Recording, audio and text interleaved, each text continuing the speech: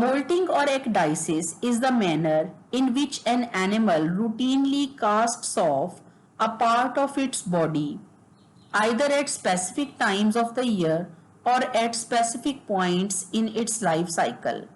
Molting can involve shedding of the epidermis, pelage, or other external layer. In some groups, other body parts may be shed, for example, wings in some insects or the entire exoskeleton in arthropods. Today we will discuss the process of ecdysis and hormonal control during the course of ecdysis.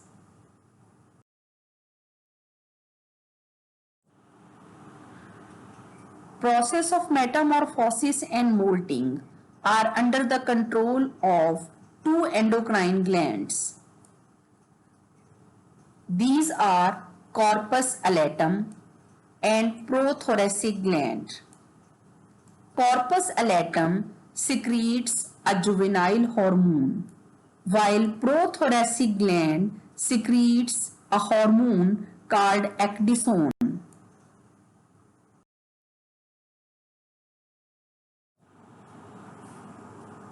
In the case of arthropods, growth occurs by ecdysis or molting.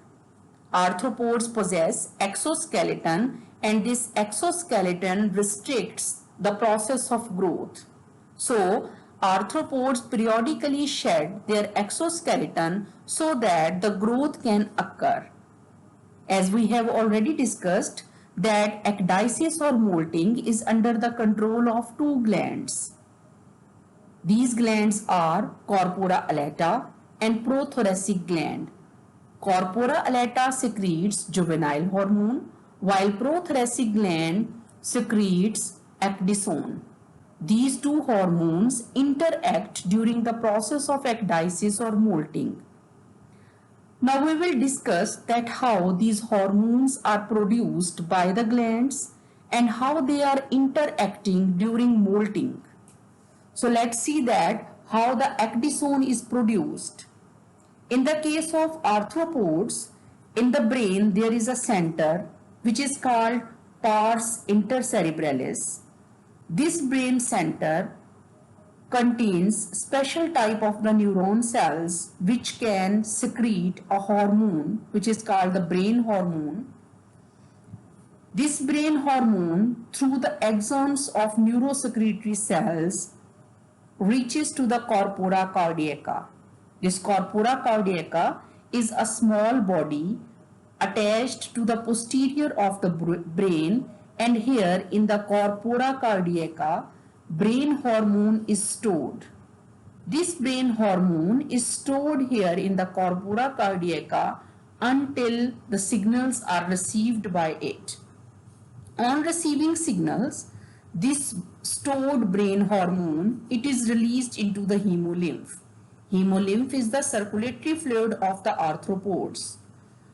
From here, this brain hormone reaches to the prothoracic gland. This prothoracic gland, this is present in the first thoracic segment, and it is producing the hormone ecdysone. So the brain hormone, when it reaches to the hemolymph and then to the prothoracic gland, it stimulates the prothoracic gland to secrete the hormone which is called ecdysone. This ecdysone in turn stimulates hypodermis of the arthropod's skin, and this hypodermis in turn produces the cuticle. So new exoskeleton it is produced.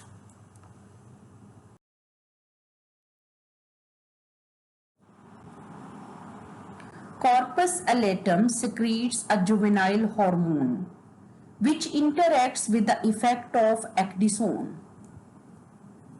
Now these two hormones, that are juvenile hormone and ecdysone, they interact during the process of molting or ecdysis.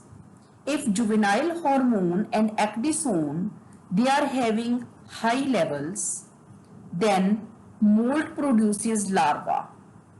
It means if the juvenile hormone and ecdysone both are present in large quantities, then larva is produced.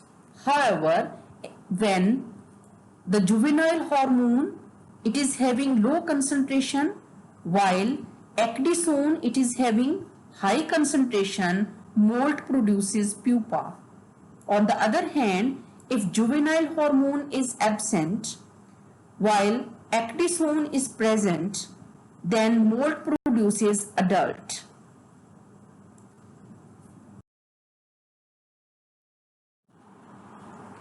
This slide is diagrammatically explaining the studies of Kopek on moth larvae. Here in this diagram, you can see the brain center pars intercerebralis. This pars intercerebralis, it is producing brain hormone. This brain hormone is stored in corpus caardiacum. Now here, these are the bodies which are attached on the posterior side of the brain, the corpus caardiacum. Here the brain hormone is stored. This brain hormone is released in the hemolymph. Through hemolymph, it will reach to the prothoracic gland. Now here this is the prothoracic gland. This prothoracic gland, it is stimulated by the brain hormone, and in turn it produces ecdysone hormone. On the other hand, here is present corpus allatum on both sides at the back of the brain. This corpus allatum, it is producing juvenile hormone. These two hormones, that is the juvenile hormone and ecdysone produced by prothoracic gland, they are interacting during the process of ecdysis or molting in the moth. If the juvenile hormone and the ecdysone both are present in large quantities, then the molt produces larva. While when the juvenile hormone, it is present in low quantity, while the ecdysone, it is present in moderate or large amount, then molt produces pupa.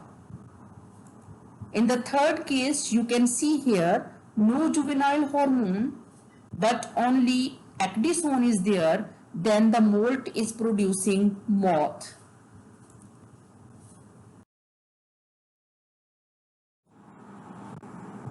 Let us revise the whole lesson with the help of example of the metamorphosis and molting in the butterfly. In the case of butterfly, the environmental cues like the nutrition, temperature, light or the photoperiod, they are stimulating the brain center pars intercerebralis. This pars intercerebralis, it will in turn produce a hormone which is called prothoracic trophic hormone. This is the brain hormone which will act on prothoracic gland. This prothoracic gland in turn produces ecdysone. This ecdysone promotes metamorphosis. On the other hand, the second gland, that is corpus allatum, it is producing juvenile hormone. This juvenile hormone prevents metamorphosis. If only juvenile hormone is there, the larva, it will increases in size, but it will never transform into the pupa. So how these two hormones, they are interacting with one another during the course of metamorphosis. So let us see this. If the juvenile hormone and ecdysone both are present in large quantities, then the molt, it will produce larva. But when juvenile hormone is low and ecdysone, its amount is high, then the larva, it will transform into the pupa. On the other hand, if there is no juvenile hormone, just ecdysone is produced in large quantities, then pupa will transform into the adult.